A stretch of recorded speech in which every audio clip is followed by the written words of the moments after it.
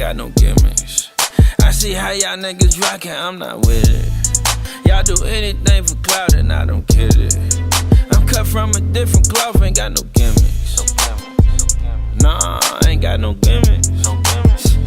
Nah, I ain't got no gimmicks. What's up, man? This is Anthony from Sauce World, man. Sauce Talk, man. We here with the one and only Don Trip, man. Indeed. Yeah, I appreciate you coming out, man, showing us love, man.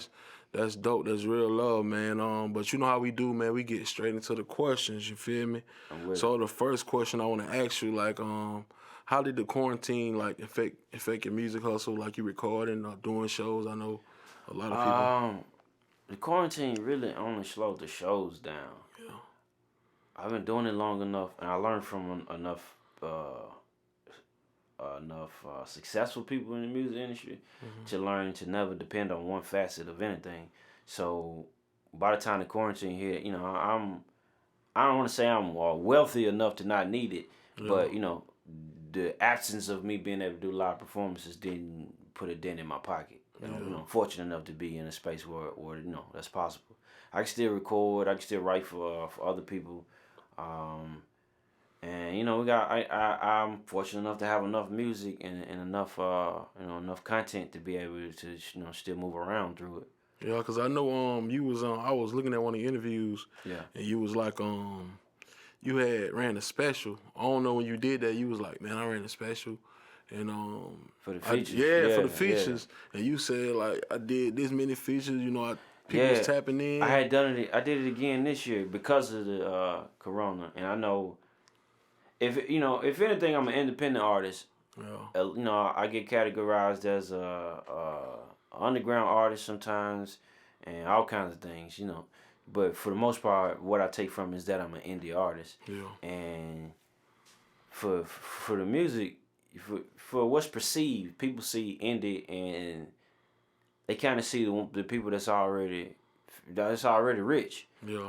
And a lot of the people that's already rich, not really indie. It's easy to say that they indie. That's a whole nother conversation. Yeah. But I just looked at it like, you know, I could help the people that's truly trying to be independent. Yeah. Because as an independent artist, you're not going to get a record from an established artist. It ain't going to happen. Yeah. You're going to have the bread, and it's going to have to be what they get paid from other people.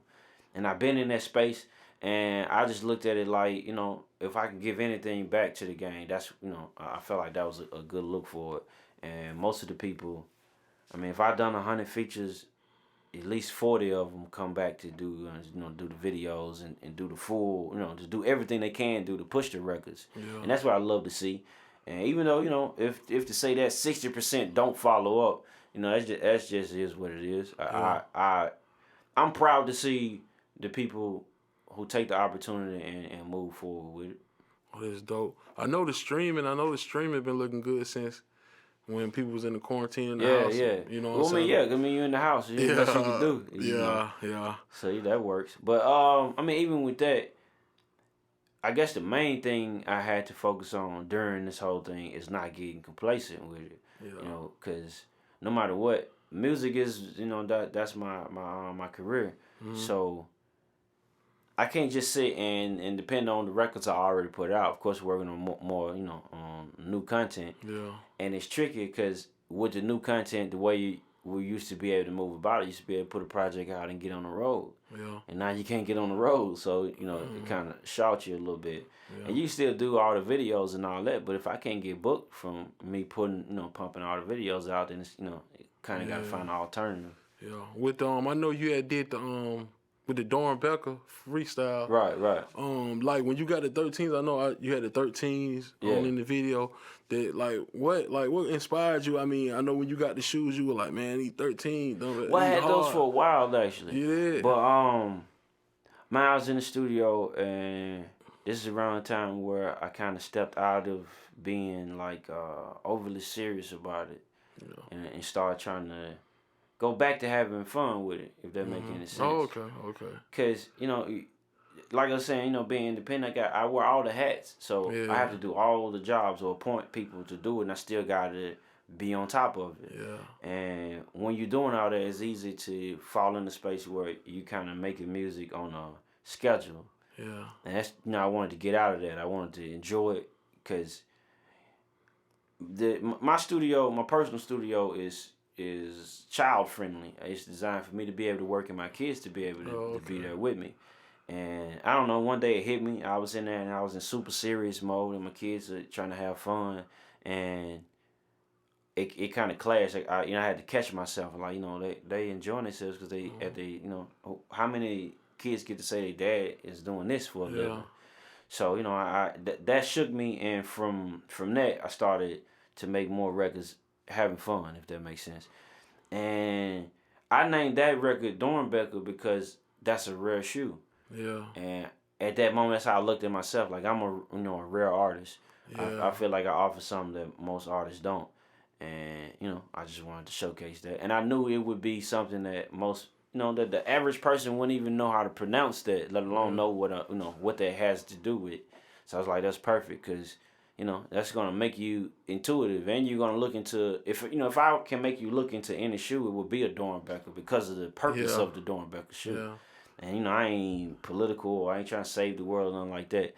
But kids mean, that I don't value adults in no shape, form, or fashion. You've lived long enough to, to earn whatever happens to you. We're alive. We've made our own decisions. But a child is, they're innocent. Nothing they've done earned them any kind of turmoil. So when I see, kids in like St. Jude and all that kind of stuff, that kind of, it touched me because, they didn't earn that. In no shape, form, or fashion have they earned that. Yeah. So that's how I looked at the Dornbecker, the whole idea of having the Dornbecker shoe. Yeah. And that's why I wanted to do the song as well. I felt like, that would bring some kind of enlightenment to the people that's listening to me. Yeah. I know you was on, we was talking earlier, we ain't had the cameras going, but you was telling us about the story about the Jordan. They in Memphis. They got the Jordan. Can you kind of, run that back and tell how they used to? Man, when I was growing up, I can't really put no timeline on it, so I can't really give it a date. Mm-hmm. But I said when I was in middle school, we used to have, they still run now, but the trains used to transport the Jordans because they make the Jordans here. Yeah. So the trains used to transport the Jordans, and the trains used to stop on the track. And the places they used to stop in were residential neighborhoods, so you could walk up to the train when it stopped. Yeah. And, they did whatever they had to do to get the doors open. But, they would rip every door open until they found the Jordans. And once they found the Jordans, the Jordans was flooding the street, 1 and 2 months early. And, before the rest of the world could get a pair of, get that same pair of shoes, Memphis already had them. And I went to Hamilton Middle in middle school. Okay. That's in South Memphis. And that's where they were hitting the train at. So South Memphis was probably the first people to get the Jordans before. I don't know if Jordan even had a pair of his shoes yet, but South Memphis had them. That was dope, man. That's dope. I know I used to when I first heard about Memphis, like 8Ball MJG, those my shout out to Ball. Shout out to Ball and G. Them my favorite rap group ever. You know what I'm saying? Cause I always like their music. I listen to their stuff because I know it was original. You know what I'm saying? Like these dudes 19 coming out. You know what I'm saying? Doing their thing. So. With them being pioneers, is it any artists from Memphis that you really inspired you to kind of I mean, they were first, to be honest. Them, 3-6, Player Fly. When I say 3-6, I mean all of them. Juicy J, DJ Paul, Gangsta Boo, the whole cast. Gangsta Black. Man, it's a long list. Man, when it came, Yo Gotti, even now, I'm still inspired by Dolph and the whole, him making something out of nothing. And I know you don't know him personally, but still, it's still inspiring. Yeah. But coming up, I don't know, the guy my mama was dating at that time was a bootlegger.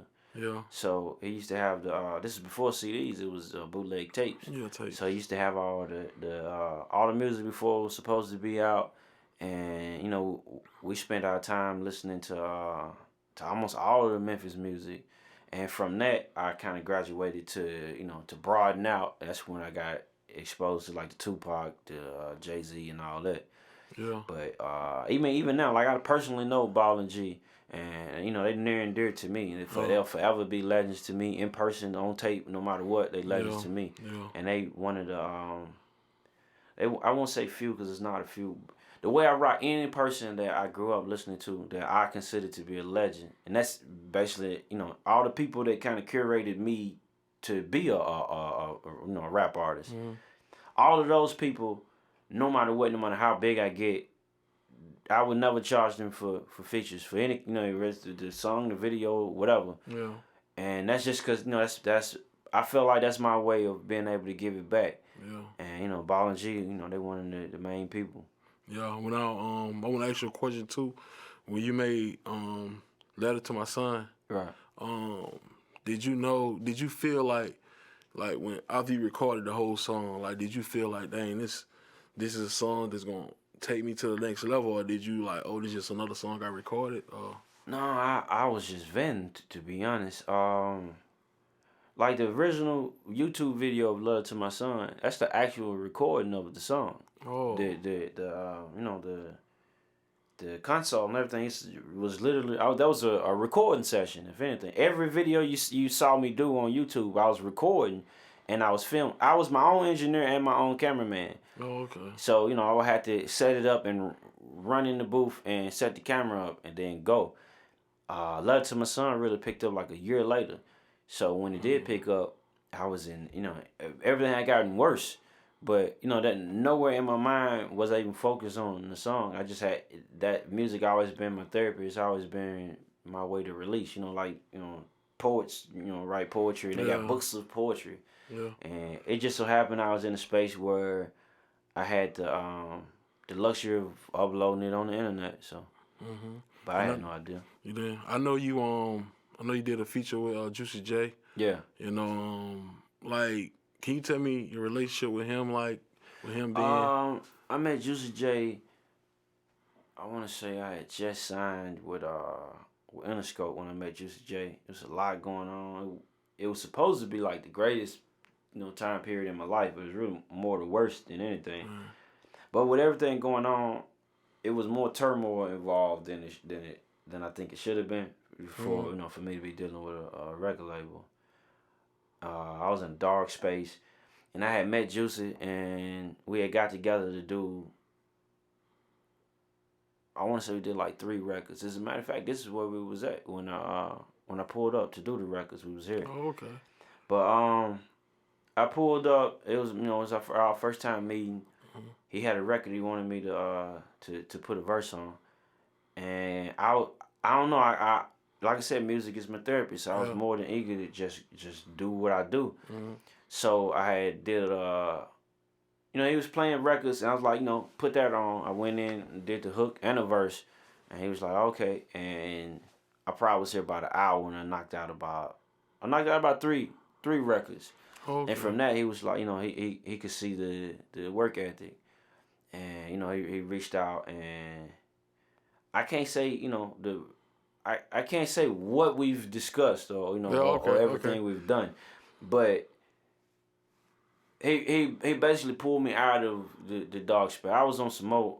I was more so the path I was about to be on was going to be destructive. Yeah. Well, I know a lot of people say that, man. They say when they best time with me on the outside looking in, or like, dang, he, he coming up, but some artists be like, man, that was the worst time. Yeah, it was a lot going on. Cause see, the thing about the music industry is that it's conniving. Yeah. It's easy, we on the outside looking in. You probably could say that about any facet of business. I heard him say it a lot about Hollywood. He like what she got, Harvey Weinstein, something like that. Like that whole ordeal show you that even Hollywood's a bit scandalous, and the music industry is the same way.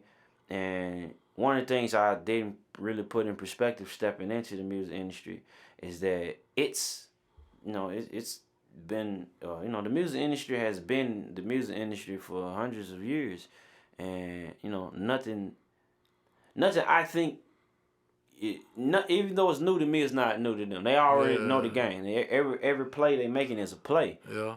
None of it is genuine. I was trying to find a better way to say it, but the truth is the truth. Yeah. None of it's genuine. These people don't know you, so it took a moment for me to understand that they have motives. These people want something, and you know they're willing to make me feel like it's family, make me feel like I'm a part of something. In real life, you know, you're a worker, you're on the assembly line, and you know just look at it like every artist is a part of that assembly line, and it's up to your production. It's all about how many pieces you can make to make this company some money, and you know it's great things in it too, but for the most part, stepping in it and not knowing how it really works, and nobody's present to teach you. The people that know not going to tell you. I mean, it's you know the game is to be sold, not to be told. So the only way you learn that's beneficial to you is finding genuine people, and that's a very hard thing to do. So you kind of got to go off experience, and experience is you know life's best teacher. So during that, you know, like I said, I was learning things I had no idea, you know, I had no knowledge of. And while doing that, when Juicy J reached out, he initially reached out to sign me, except I was already signed, so that couldn't work. And I've been down that road, so I was expecting him, you know, us not to rock, period. You know, he can't sign me, so that's, you know, that's it. That concludes our dealings. And it didn't, you know, he started reaching out just to check on me.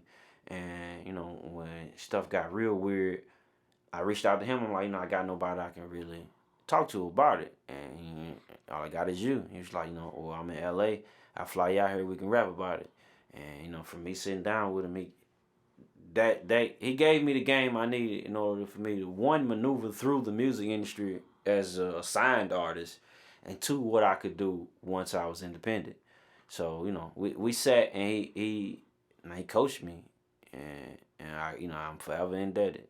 Yeah, that's real love right there, man. Like I said, I grew up on 362, man. Yeah. So that's real love.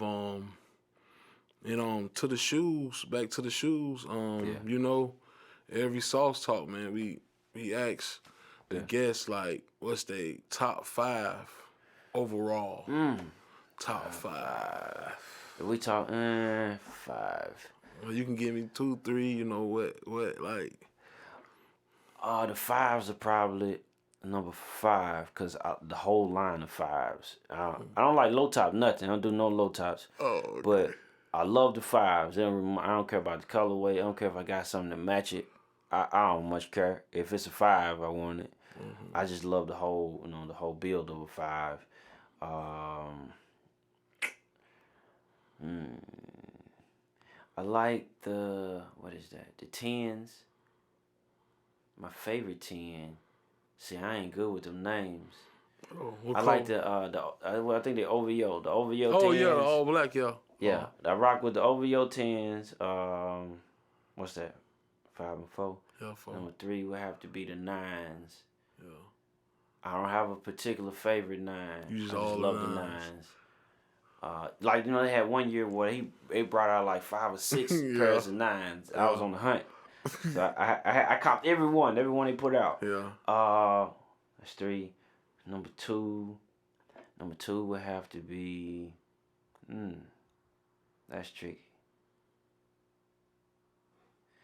Number 2 would probably have to be the 12s, the white and red 12s. Mostly white, red.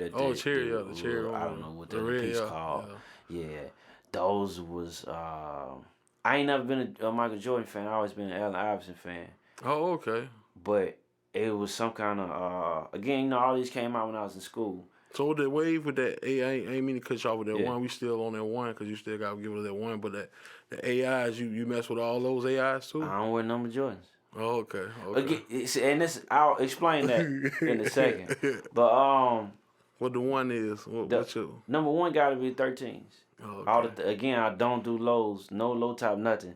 But all the 13s, man.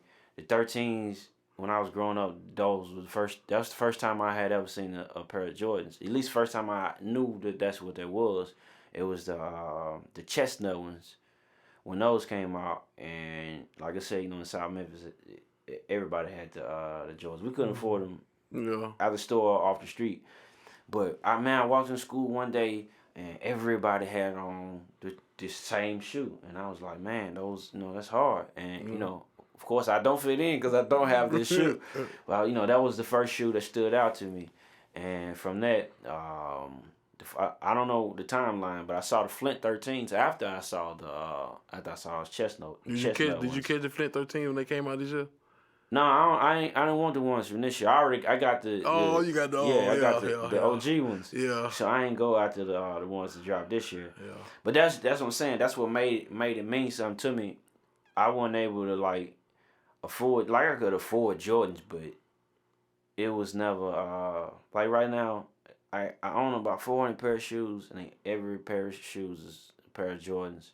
I only rock from 1 to 13 though. I just started kind of rocking with the 14s, but from 1 to 13, you know, that's the shoe, and you know, I don't really do nothing else. But I was financially stable once I started my Jordan collection. Oh, okay. But that was the thing. It meant something to me because I was able to capture something from my childhood, if that makes sense. Moms couldn't afford that growing up. So that was like the first thing that let me know that I was in a successful space, that I could finally afford something that, you know, that I wanted in my whole life. So. Yeah, okay. Yeah, that's dope, man. I know that's what a lot of cats, when I meet them, they be like, man, I wasn't able to get them back then. So yeah. So now, like, you feel me? I got like, nothing but them. Yeah. If it don't, you know, if they ain't Air Jordans, I ain't rocking. And like, you know, I've seen shoes that I actually like. But, you know, I'm stuck. It is what it is. You're going to have to go back in time and be a retro Jordan if you want me to purchase it. That's what's up, man. I appreciate you coming out. I don't want to hold you too long. Indeed, man. I appreciate you. You know what I'm saying? Coming through, man. We got some merch over there. I'm going to give it to you. Almost done. The show, man. Sauce Talk with Dun Trip, man. Cheer. So give you, man. I appreciate you coming. Indeed. So, you know, these the pants with the logo. Sauce order. Okay. You already know we flip it like that. You know what I'm talking about? And then it's a hoodie. You know what I'm saying? So, hoodie. I appreciate you, man. I appreciate you, brother. Man, y'all know what it is. Mr. Dun Trip. Sauce Talk. Y'all check it out. My homeboy Tony. I appreciate the love, bro. I appreciate you coming through, man. Always. Indeed. Yeah, no gimmicks. Nah, I ain't got no gimmicks. I ain't got no gimmicks. I see how y'all niggas rockin', I'm not with it. Y'all do anything for